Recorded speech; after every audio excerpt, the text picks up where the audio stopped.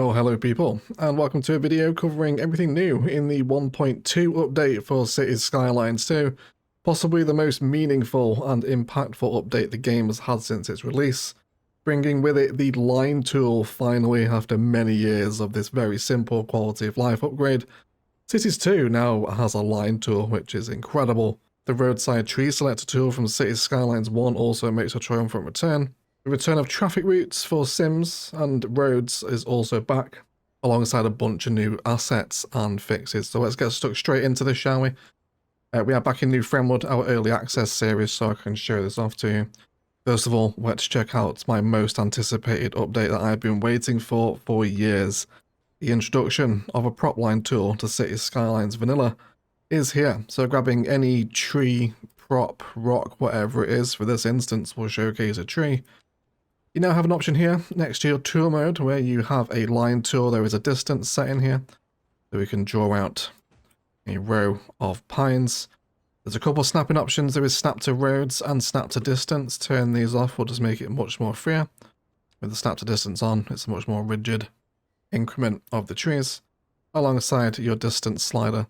This is such a massive tool, huge for detailers, doing things such as kind of this, bush lining against trees, repeated tree patterns is now infinitely easier. An enormous quality of life update for Cities Skylines 2. It doesn't quite have the same options as the line tool mod, so some of you may still wish to use the mod, but from a vanilla gameplay perspective, just this basic functionality is so welcome. There's also a curve mode here as well, should you want to run it in anything else other than a straight line. Pretty massive update. Huge fan of the prop line tool. Just incredible. Absolutely amazing. Been asking for this for literally years, and now it's here. So, incredible. Line tool, now part of CS2's base game. Next up is the return of the roadside tree selector, which was a very welcome feature of Cities Skylines 1 that allowed us to update the trees on any kind of road. So for example, now we can take our birch tree, drop it on the road here, and it will add that exact tree to the road that you want it to. This is amazing. This was such a cool feature in CS1 that they added in an update towards the end of its life, and now it's back for CS2.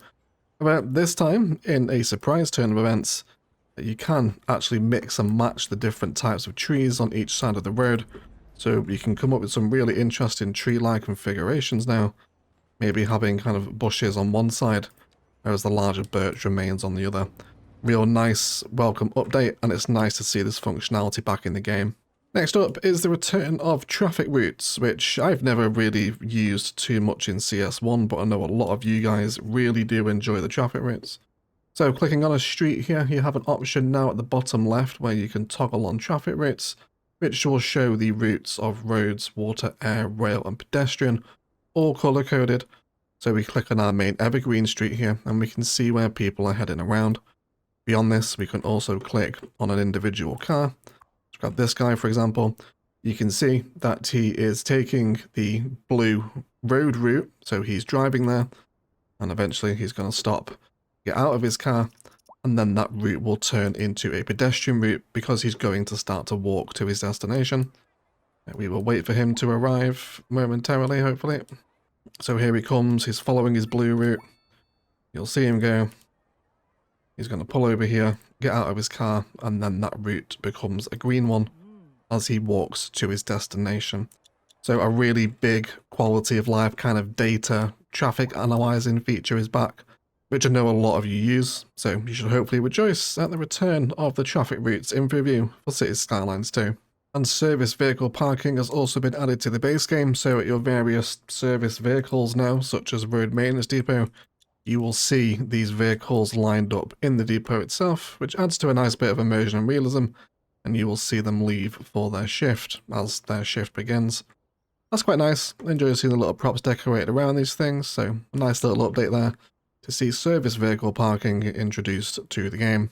So alongside those new features, there is also a whole bunch of new assets arriving with the update, including the new small taxi depot, which has a capacity for 8 vehicles, and is really quite narrow. It also has a garage extension upgrade for it as well, alongside the electric taxis and the dispatch centre making it a little bit taller, but a nice little compact urban taxi depot is now in the game.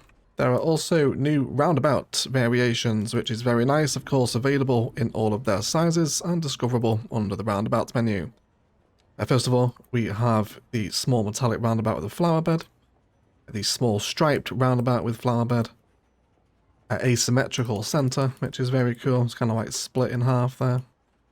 Really nice. Next door to this, we have the small mosaic roundabout, which has a nice little pattern in the middle. The small diagonally striped roundabout, a small floral roundabout, and then we have the small concrete roundabout with a tree. Of course, available in small, medium, large, and extra large. So, some nice new roundabout fillers are always welcome, and I'm sure we'll get plenty of use. In a very surprise edition, which is absolutely fantastic, Cul-De-Sacs are also introduced with this update as well. You will find them on a brand new cul-de-sac menu under your road tools, and these act very much as roundabouts, and of course they are zonable, so you can grow buildings on the ends of your cul-de-sac roads. It's so nice to have cul-de-sacs and not always having to use the very small roundabout. The fact that they're now an actual type of road is very cool, and they do come in a couple of different styles. You get the one with grass and the one with bushes. I'm not sure if this is really a cul-de-sac at this point. This kind of just looks like a roundabout, doesn't it? But either way, the blank cul-de-sac does give you that blank cul-de-sac road, which is so important. That's such a nice addition, that one. So that is absolutely perfect. New road ends to make use of. Alongside this, there are also a whole bunch of new parking lots added to the game, including the small solar panel covered parking lot.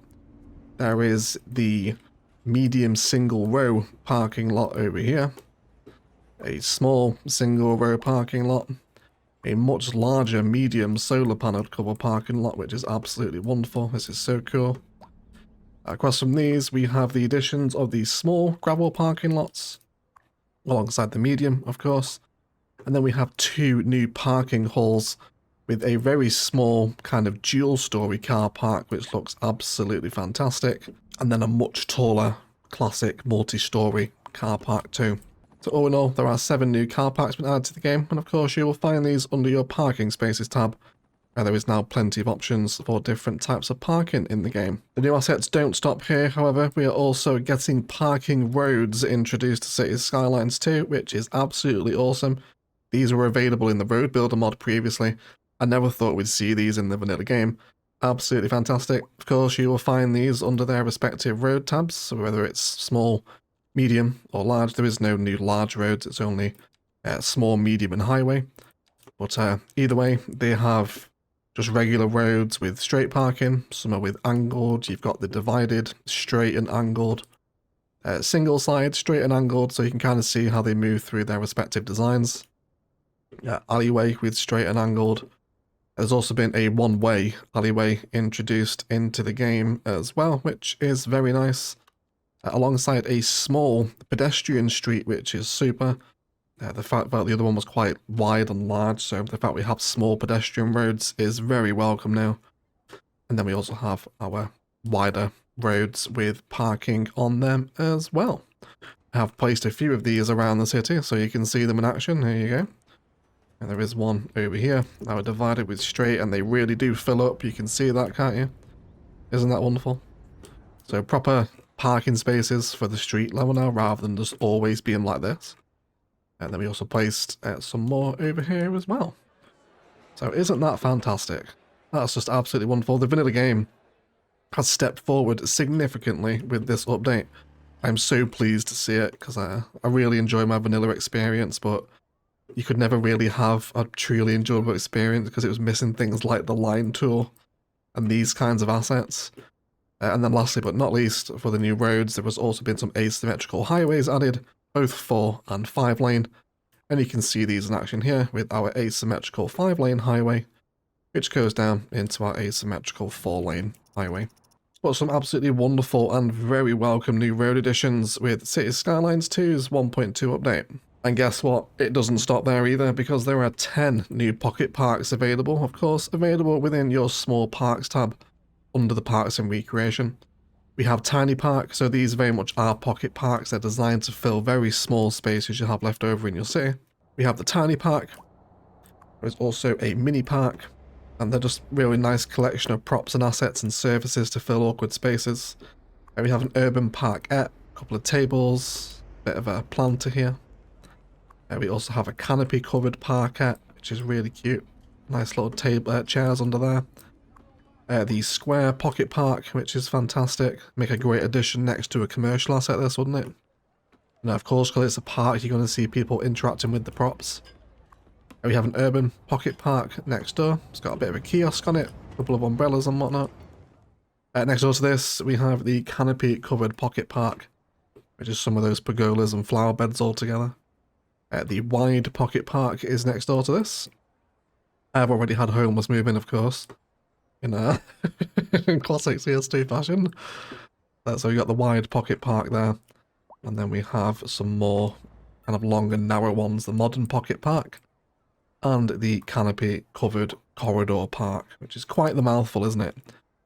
Alongside everything else, you can now look forward to 10 tiny new parks that are also part of this pack. And there has also been new props and decals added into the game as well. Thankfully, these services came a couple of updates ago, didn't they? But of course, these have also been expanded with new things as well. So you'll find new props, decals, and everything to play with in vanilla. Unfortunately, collision is still a thing. I am desperately hoping that they address this in an update. This shouldn't be happening. I should be able to place this here. It's ridiculous that kind of a toggleable collision, toggleable anarchy, whatever you want to call it, still isn't in the game. Hopefully it's going to come, because you shouldn't be having to deal with that. That update would essentially make vanilla almost perfect for me. If we could have a toggleable collision, it would be pretty game changing. But either way, you will look forward to new props and decals as part of 1.2. Alongside everything we just looked at, there are a whole bunch of gameplay fixes and improvements coming for the game, including a couple of fixes each for modern architecture and urban promenades, alongside several gameplay improvements and bug fixes. An interesting one that sticks out here for me is improved nighttime brightness. This is what nighttime looks like on the new patch. However, I can't really say this is a major improvement. Nighttime still looks really bad compared to how it did in CS1. And it still has quite a long way to go, I think, before nighttime shots look anywhere near as good as they did in the first game. But I suppose it is slightly better than what it was. And there has also been some updates to UI fixes and improvements, alongside an update for Paradox mods as well, as it also gains some new features and various different improvements as Cities 2 continues to improve. But all in all, I am thoroughly impressed with update 1.2, some major changes coming into the game here, and some hugely, very long requested features such as the line tool finally getting added to the base game. That's definitely been one of my most requested features, essentially since I started playing CS. So glad to see it finally come in. And for me now, all I really need for the game is that toggleable anarchy collision mechanic to come in, so I can place decals and surfaces where I want without having to worry about the game telling me no. At that point, the vanilla experience is pretty incredible for me. That's definitely my kind of vanilla quality of life mod set I used to play with in CS1. Basically being in the base game for CS2 now. Very happy with this one, and an extremely strong finish to the year for Cities Skylines 2. Easily the best update the game has received thus far, I think.